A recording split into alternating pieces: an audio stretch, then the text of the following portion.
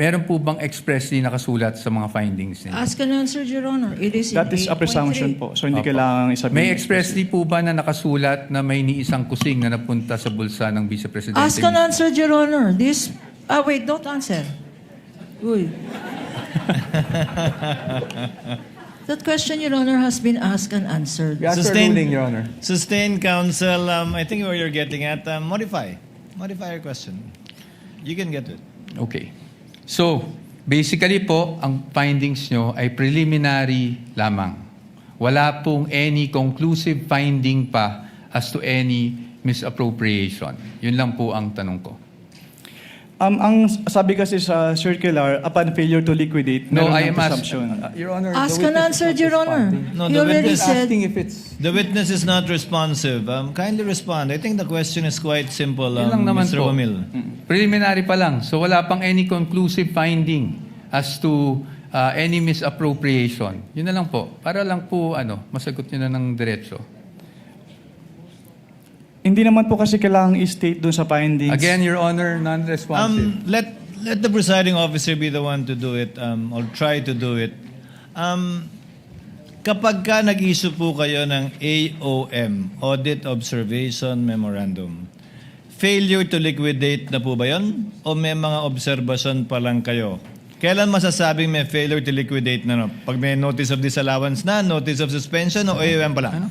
Nakalagay po kasi sa joint circular, Your Honor, under 8.3, failure to liquidate by the accountable officer upon due demand shall be a prima facie evidence. Opo, again, Mr. Wamila, yung pag-issue niyo po ba ng AOM, pasok na sa failure to liquidate upon due demand o hindi pa po?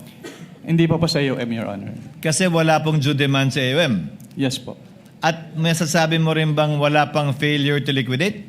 O meron na? Pag sa AOM po wala, pero pag sa NS po, since meron ng first issuance which is considered as demand, so meron na po sa NS. So, As per siya. AOM wala pa. Pag NS, meron ng demand at Opo. meron ng failure to liquidate. Opo, since sa AOM po, nire-require na silang i-justify and i-submit yung mga documents na hindi nila na-submit. Pero sa AOM, wala pa nga ganun. Yes po, Your Honor. Okay. Counsel, your witness. Thank you. And lastly, gusto ko lang to ma-clarify. Of course, the witness was a state auditor of the ICFAO. So, recommendatory lang po ang function ninyo. Hindi po kayo nagde-decide pagdating sa, lalong-lalo na pagdating sa notice of disallowance. Tama po ba? Yes po. It's the function of the commission proper. Thank you. Thank you, Mr. Wamil, Attorney Wamil. I thank you for your patience. That is all for this witness, Your Honor. Thank Unless you, there's anything counsel for respondent. Redirect, if any, counsel for the panel of prosecutors. Yes, Your Honor, with your permission. Counsel may proceed Few with her questions redirect. on the redirect. Mr. Witness, tinanong sa'yo ng counsel for the respondent kung meron kang special training para mag-audit ng confidential funds. Kailangan ba ng special training para mag-audit ng confidential funds? No, ma'am. Hindi. Hindi po. Okay. At ang basehan mo, sinabi mo, when you answered is, ang basehan mo ay itong joint circular. Yes. Okay. Now,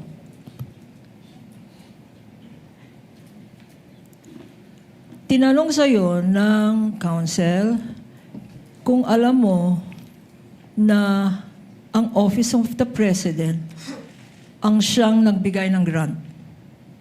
Can Tama? you repeat At your ang sagot mo, oo. Can you repeat the question po? You answered on cross on the question of counsel for the respondent if you are aware that the grant was given to the Vice President by the President. Yes po. And you answered yes. Yes po. Okay. Pag binigay ba ng Presidente, like in this instance, ang confidential funds, wala nang obligasyon mag-liquidate ang Vice President ng paggamit niya sa confidential funds na yan. Meron po. Meron po pa siyang rin obligation to liquidate. obligasyon. pag-grant ba ng Office of the President, exempted na ang Vice President na mag-submit ng Your mga Honors- dokumento? Your Honors, Counsel for Respondent. that is leading. Redirect, Your Honor. This counsel opened Not the door. covered by cross, even, Your Honor. Yung Your Honor, exemption. counsel opened the door. Counsel opened the door to this line of questioning because he said a grant was given by the President. Objection is overruled. Witness may answer if he knows. Kung alam mo, Mr. Wamil, pakisagot po yung tanong ni Attorney Kapunan. Can you repeat the question, ma'am? Ang grant ba ng confidential funds ng isang presidente to a vice president, this president in particular, to the vice president, does it exempt the vice president for accounting for the use of that confidential funds under your joint circular? No po. Okay. So, kailangan pa rin, sinasabi mo, na compliant, mag-comply. Yes, po. Opo, kailangan Hindi pa rin. lang ang Office of the President. Kung binigyan rin ng grant ang Department Secretary of Education, kailangan rin. Yes, ma'am. Bakit? Ano ba ang nature ng pondo na yan? Pera ba yan ng Presidente? Since ang confidential fund po ay public fund, so kailangan pong ma-properly account. So kailangan nilang i-liquidate properly and completely yung kanilang cash advances from the confidential fund.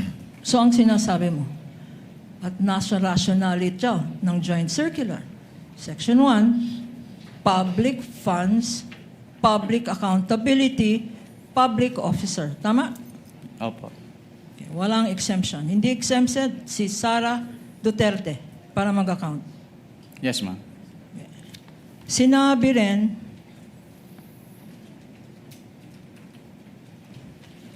Counsel for the Vice President also said, the Vice President also said, tinanong ka tungkol sa ano ba yung accrual method of accounting.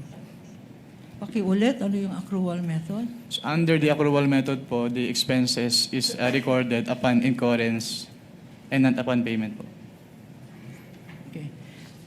Allowed ba itong accrual method of accounting sa pag-evaluate ng confidential funds? No, ma'am, kasi kailangan po talagang binayaran yung expenses po.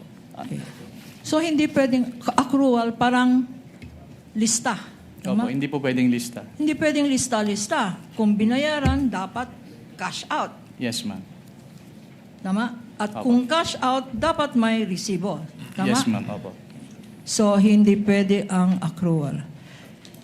Mr. Witness, okay, tinanong rin sa'yo, itong utilization of confidential funds. Nakalagay, utilization of confidential funds. Tinanong sa'yo ng counsel, hindi ba dapat confidential rin? Do not divulge information on the use of confidential funds. Tama ba ang interpretation ng counsel for the respondent?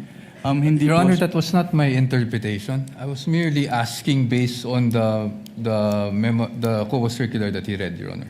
Okay. Just that. Just on that matter. Okay, Noted. based- Witness may answer. Can you repeat the question, ma'am? Ang tanong, okay, sabi ng counsel, confidential funds yan. Bawal ang mag-reveal ng confidential information citing certain